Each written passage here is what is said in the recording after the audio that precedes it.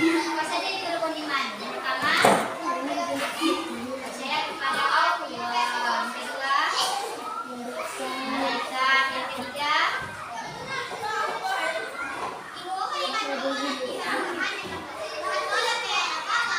percaya kepada kitab Allah. Yang keempat, percaya kepada Rasul. Yang kelima, percaya kepada hari kiamat. Yang keenam, percaya kepada baik dan pada buruk. Nah, sekarang kita masuk pelajaran kepada rukun iman yang keenam, yaitu percaya kepada qada dan qadar.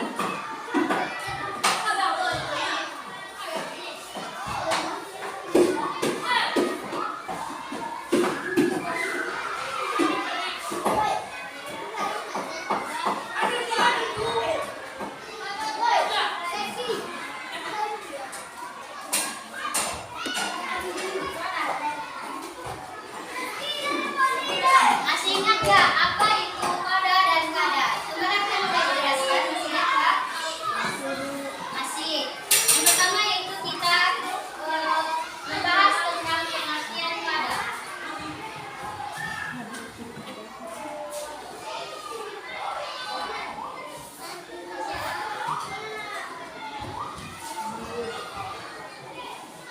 Apa itu qada? Qada itu adalah ketetapan, ketentuan,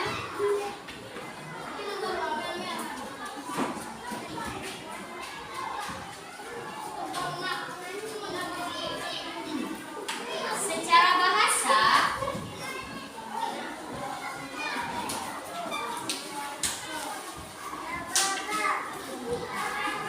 qada adalah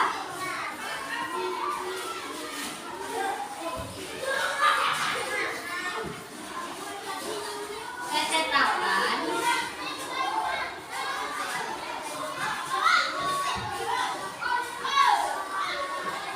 keputusan, dan kehendak.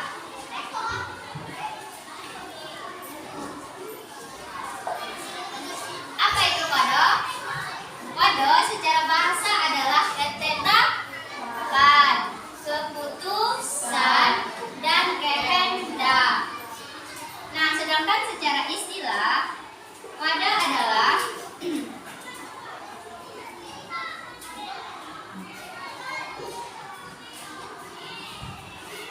ketetapan, keputusan,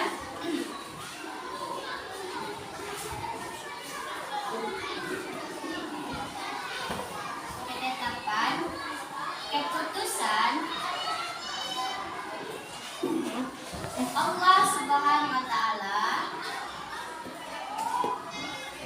sejak zaman azali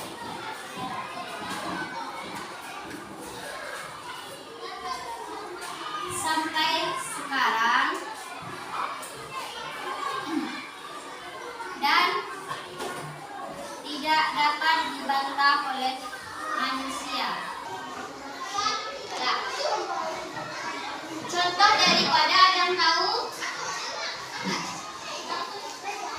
Ada yang tahu? Yaitu kelahiran.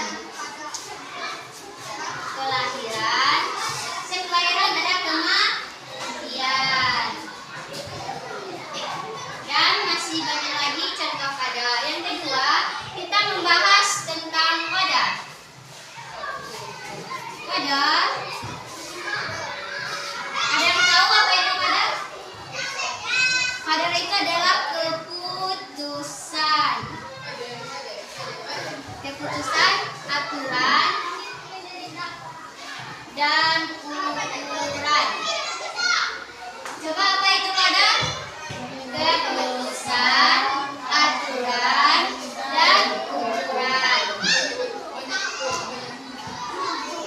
Qadar ini adalah aturan atau ukuran yang diciptakan oleh Allah Subhanahu wa Ta'ala sebagai perwujudan qada terhadap segala sesuatu yang berkaitan dengan makhluknya yang telah ada sejak zaman azali.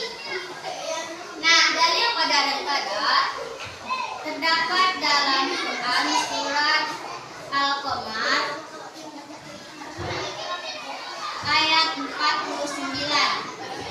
yang berbunyi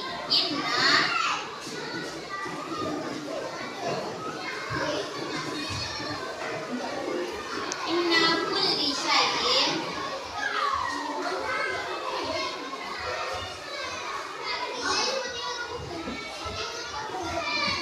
khalaqna biqadar.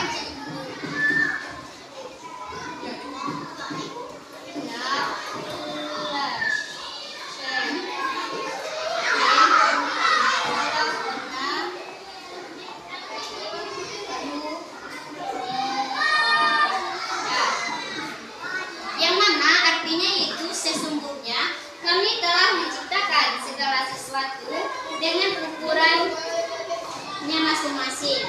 Nah, maksud ayat ini yaitu segala sesuatu yang diciptakan Allah Subhanahu wa taala sudah diatur atau diukur ketetapannya.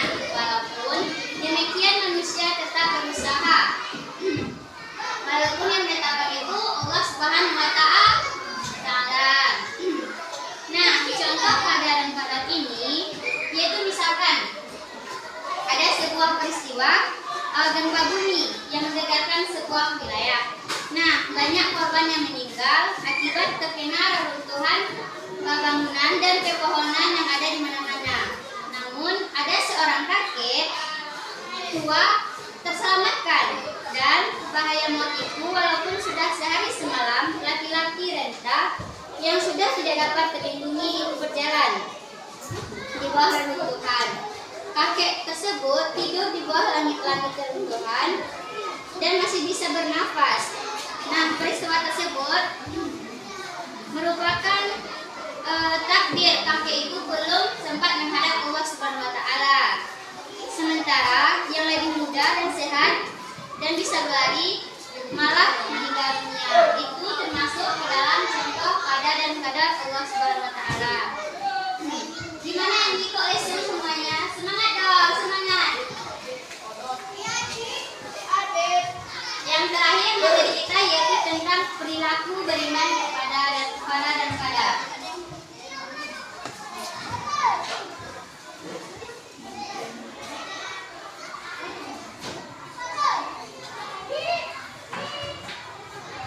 Qada dan qadar. Nah, ada yang tahu contoh perilaku beriman kepada qada dan qadar? Tidak ada yang tahu? Nah, contoh yang pertama yaitu berusaha bersungguh-sungguh untuk mencapai keberhasilan atau disebut dengan ikhtiar. Yang kedua, menyerahkan segala persoalan kepada Allah Subhanahu wa taala atau disebut dengan tawakal. Nah, selanjutnya yaitu selalu berterima kasih kepada Allah Subhanahu wa taala. Apa itu? Bersyukur. Nah, selanjutnya melaksanakan perintah Allah dan menjauhi larangannya. Sampai di sini ada yang ditanyakan atau ada yang belum paham?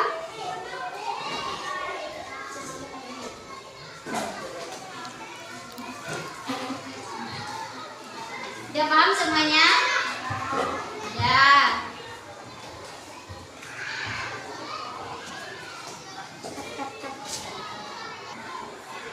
Oke, kata ibu tidak ada yang ditanyakan? Tidak. Nah, ibu masih tugas.